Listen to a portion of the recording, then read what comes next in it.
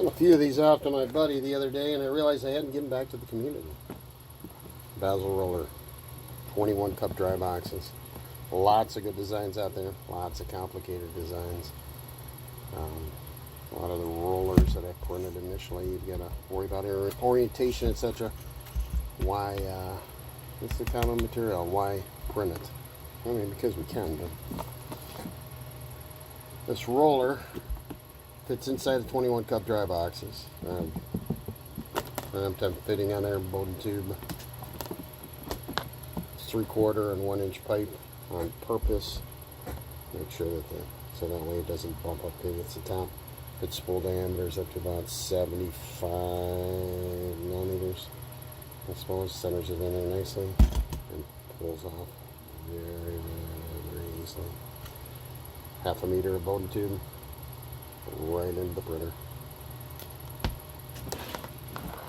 Very easy to change colors and keep everything nice and dry. Plenty of space at the bottom for your desiccant. Try to cover all the tools and parts to this. Print out a sheet. The STL has got 2 of these and 4 of these bearing adapters. We're going to be using here is this stuff. Any 3/4 inch PVC pipe. This is thin wall, but it really doesn't matter if thin or thick the inside. What we're worried about is 3/4 inch OD. I'm sorry, 1/2 inch. 1/2 inch OD PVC 1120 SDR 13.5. This is from Lowe's, made in USA. Critical component are these guys. This is 1 inch silver line PVC 1120 SDR 21. This is 1 inch thin wall PVC from Lowe's. Thin wall on purpose. It's not really an inch. Theoretically, it's an inch ID. It's really 30 millimeters inside diameter. That's what these adapters are for. That way we can adapt our 625 bearing to this 30 millimeter. I'm using a deburr tool. Link will be in description. Another desiccant, color change desiccant. Just toss those down the bottom, heat them up when they change color. Pocket knife, maybe a little sandpaper. Tolerances on these are pretty tight on purpose.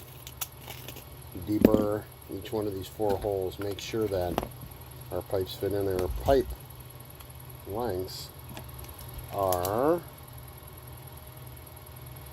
90 millimeters and 1/2 inch, and this 1 inch tubing's cut to 70. Now I think it cut to 72 millimeters.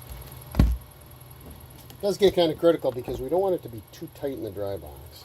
When you look at the design they came up with, it's got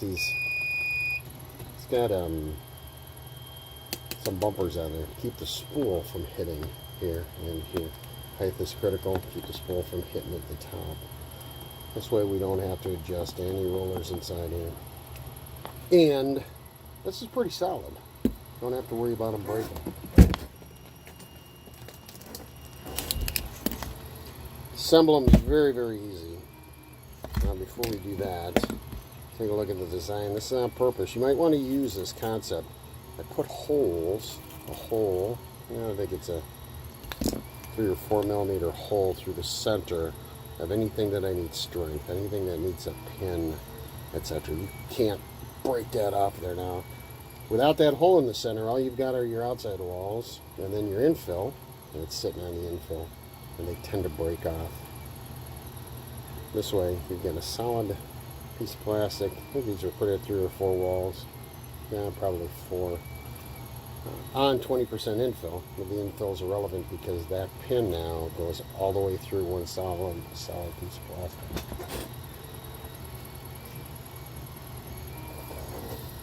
The rest of the design is just because it was silly. So we're gonna deburr this, make sure that this pipe 1/2 inch fits in all 4 of these holes. This install 2 of these. Keep our little bearing adapters. I put a nice flange on there so that way it keeps the spool centered. The spool can't walk off to either side of the dry box. Deeper the inside of that, put your bearing in there, tap it down.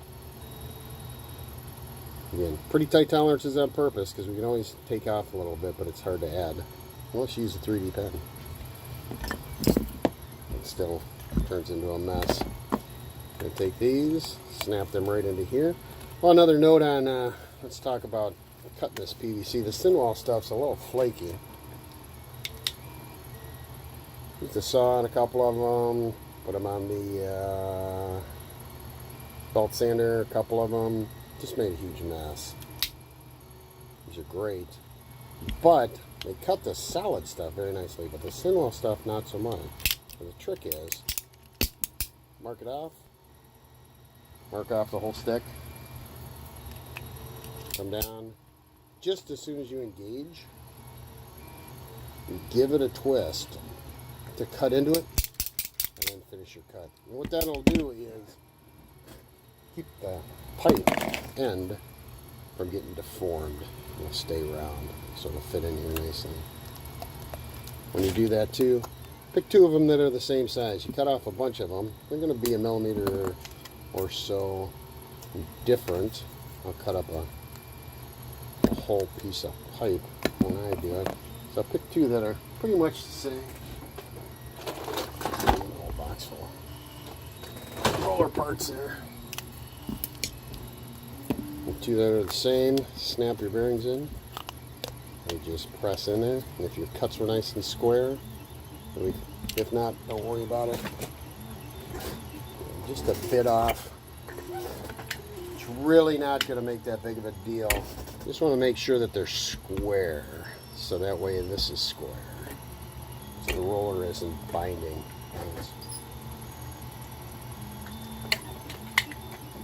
And if you don't have red copper cups, let me tell you, you're missing out. Don't tip over.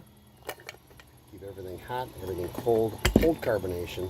In fact, hold carbonation so well that if you don't tighten this down and it gets too warm, it'll pop right out. Fantastic cups. Link will be in the description.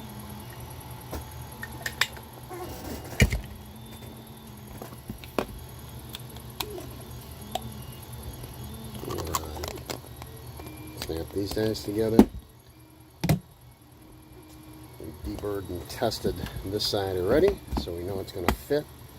It's got a little offset, couple millimeters to keep this from binding up against the face. You just snap right on there, like the tush.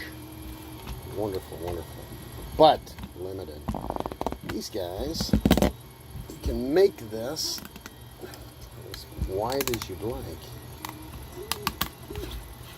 They're only set to the 90 because that fits in there into these 21 cup dry boxes rather perfectly. There you are. Give this a bit of exercise. If they're new bearings, if they're old bearings, it won't matter. Down there, get it square. You want this to be snug, so that way it holds it together. I'll scoot back and forth. Make sure everything's nice and square.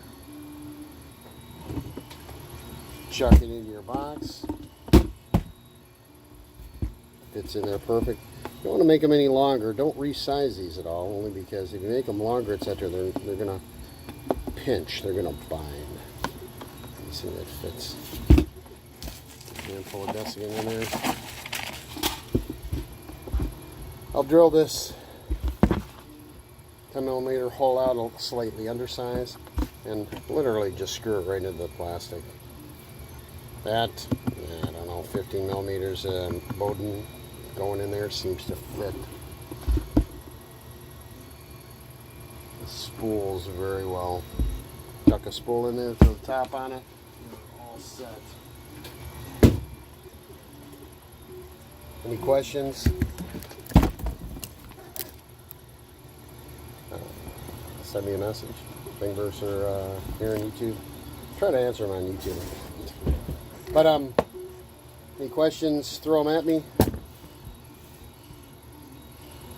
Thank you to the touch makers. Thank you to everybody that's worked on different spool holders, because it's the bane of our existence is to get a dry box and keep our filament clean, stop plugs and stop filament breakage, and a place to put desiccant. And these, let me tell you, as you can see my wall of filament and shelves of filament, if I buy a $15–20 roll, why not spend an extra $5–6 and get a container to keep it clean and dry? I have yet to, this is in Central Florida, I have yet to have to bake any filament. It keeps it dry. Sometimes in here I'll get a break, probably as the moisture wicks up through here. But usually what I'll do before I thread any of the machines is I'll pull off about, pull off half a meter, just to make sure that I'm getting into nice, fresh, clean filament. This is a TP. This is actually a pretty good clear. Yo-yo. Who knows? But it's like downtown, but without the traffic. Cheers.